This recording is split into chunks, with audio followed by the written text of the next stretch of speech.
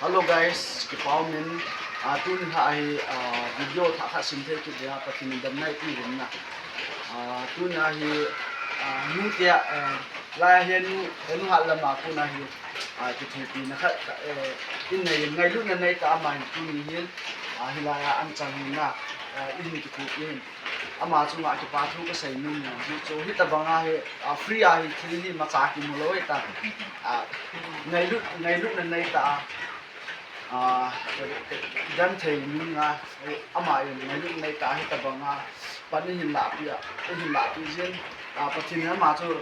ama chunga hi yen ta len su mi ke pathin tam ta mar so min tin a bola to tham ne yo si na pathin lo hin na cha le naw lang pi lang hi jong le lia kha sim naw han lang ta na to tham lang hi jong la a bon cha len pathin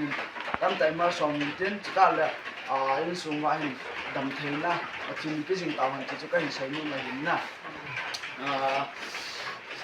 cái video kan sit do na yung asin ja ko tin ka ki pa na chung chung na su style le cho ta bang ni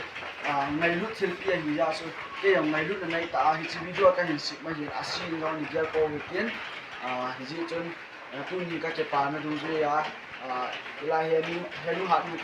ko ma he ni chi kan ki la hi tun ha video kan sit na san chu kan man ba ba